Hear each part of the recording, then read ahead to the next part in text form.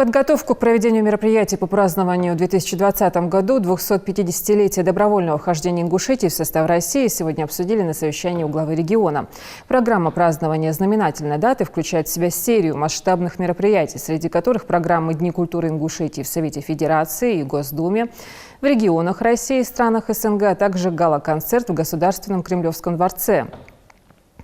Кроме того, в течение следующего года в республике пройдут международные соревнования, межрегиональные научно-практические конференции, тематические спектакли, лектории, фестивали, конкурсы, молодежные флешмобы. Будут сняты документальные фильмы и выпущены книги на взаимоотношениях Ингушетии и России. К празднику также выпустят юбилейную монету и памятную почтовую марку. Логотип, под которым пройдут торжества, выберут с помощью конкурса среди жителей республики. Глава региона подчеркнул, что курирующим органам необходимо провести осмотр культурных объектов в каждом населенном пункте и их подготовку к проведению масштабных празднеств.